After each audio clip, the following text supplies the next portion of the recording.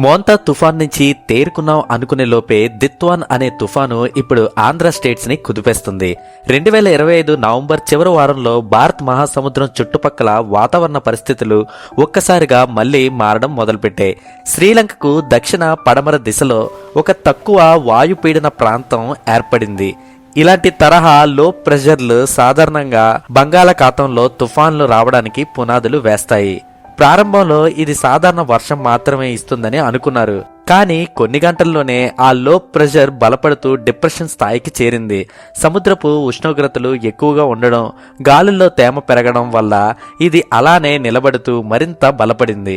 2 రోజుల్లోనే depression deep depression గా మారి నవంబర్ 27 నాటికి భారత్ వాతావరణ శాఖ దీనిని అధికారికంగా సైక్లోన్ దిత్వా అనే పేరుని ప్రకటించింది. చాలా మందికి అసలు తుఫాన్లకి పేర్లు ఎందుకు పెడతారు, అసలు ఎలా పెడతారు అన్న డౌట్ ఉంటుంది కదా. అయితే ఇది వినండి, సైక్లోన్ దిత్వా అనే పేరు ఎందుకిచ్చారు? దిత్వా అనే పేరు యామన్ దేశానికి చెందింది.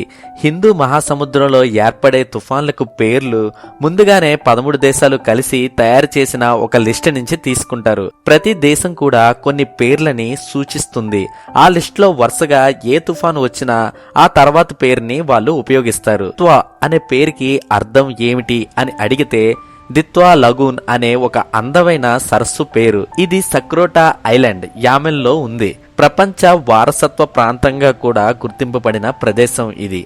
అయితే ఈ పేరుని ఎవరు సూచించారు అని మీరు అడిగితే ఈ పేరు యామన్ ప్రభుత్వం తుఫాన్ల పేర్ల జాబితాలో ఇచ్చింది.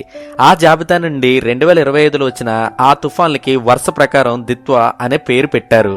అయితే ఈ తుఫాన్లకి పేర్లు ఎందుకు పెడతారు అంటే ప్రజలు వీటిని సులభంగా గుర్తించడానికి ఒకటైతే హెచ్చరికలు సమాచారాన్ని వేగంగా పంచడానికి కూడా ఇది ఉపయోగపడతాయి. ఒక తుఫాన్ని అలాగే మరో తుఫాన్ని ఇవి డిఫరెన్షియేట్ చేస్తాయి.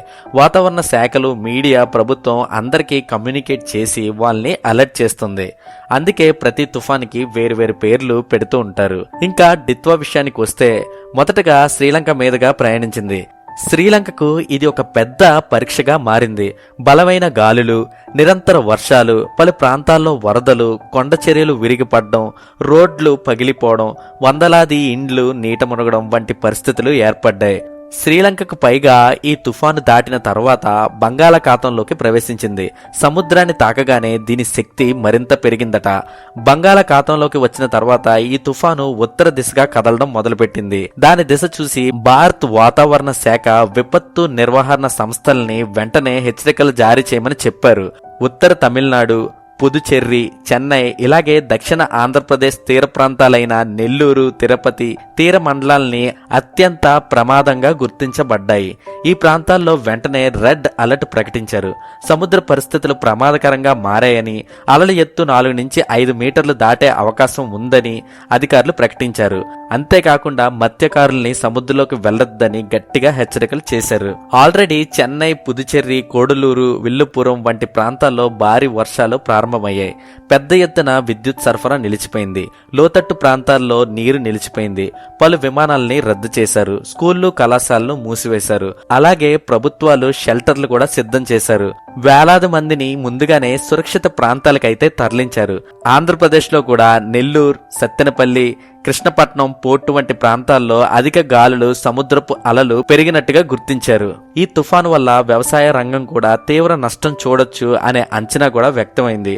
ముఖ్యంగా వరి, చెరుకు, అరటి తోటలు, కూరగాయల పంటలు బలమైన గాలులు, భారీ వర్షాలకు గురైతే పూర్తిగా నేలమట్టం అవుతాయని చెప్తున్నారు. మోంతా వల్ల చాలా మంది రైతులు ఆల్రెడీ నష్టపోయారు.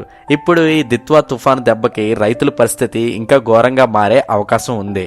సైక్లోన్ దిత్వా సముద్రంలో ఉన్నప్పుడే వాతావరణ శాఖ దీని గాలి వేగం 85 నుంచి 90 కిలోమీటర్ల వరకు ఉండొచ్చని పేర్కొంది. ఇది సాధారణ తుఫాను కంటే శక్తివంతమైనది. దీనివల్ల చెట్లు పడే అవకాశం, విద్యుత్ స్తంభాలు విరిగే అవకాశం కూడా ఉన్నాయి. కాబట్టి గవర్నమెంట్ చాలా జాగ్రత్తగా ఉండమని చెప్తుంది. ఈ తుఫాను దిశ, వేగం, తీవ్రత ఏ క్షణంలోనైనా మారచ్చు, పెరగచ్చు. అందుకే అధికారులు ప్రజలకు చాలా సలహాలు ఇచ్చారు. ఇంటి లోపలే ఉండాలన్నారు. అవసరం లేకుండా బయటికి రావద్దన్నారు. అలాగే ముఖ్యంగా తీర ప్రాంతాల్లో నివసించే వాళ్ళకి మొబైల్ ఫోన్లు, పవర్ బ్యాంకులు చార్జ్ చేసుకుని ఉంచుకోవాలని, అలాగే వాటర్, ఫుడ్, ఇంకా టార్చ్ లైట్లు, మెడిసిన్ కూడా దగ్గర పెట్టుకోవాలని చెప్పారు. అలాగే ప్రమాదం ఎక్కువగా ఉన్న ప్రాంతాల్లోని ప్రజల్ని ముందుగానే ఖాళీ చేయడం ప్రారంభించారు. మొత్తంగా చూస్తే సైక్లోన్ దిత్వా ఒక సాధారణంగా పొడి గాలుల నుండి ప్రారంభమై శ్రీలంకని దాటుతూ భారత తీరాలకి భారీ ప్రమాద సూచనతో చేరిన బలమైన తుఫాను. ఇప్పటికీ దీని ప్రభావం కొనసాగుతూనే ఉందట. ఇంకా వర్షాలు, గాలులు, వరదల ప్రమాదం పూర్తిగా తగ్గే వరకు కూడా అధికారులు ప్రజలందరినీ అప్రమత్తంగా ఉండాలని హెచ్చరిస్తున్నారు. డిసెంబర్ 1 అంటే రేపటికి ఈ తుఫాను ప్రభావం భారీగా తగ్గే అవకాశం ఉందని అధికారులు చెప్తున్నారు. అందువల్ల అందరూ చాలా జాగ్రత్తగా ఉండండి.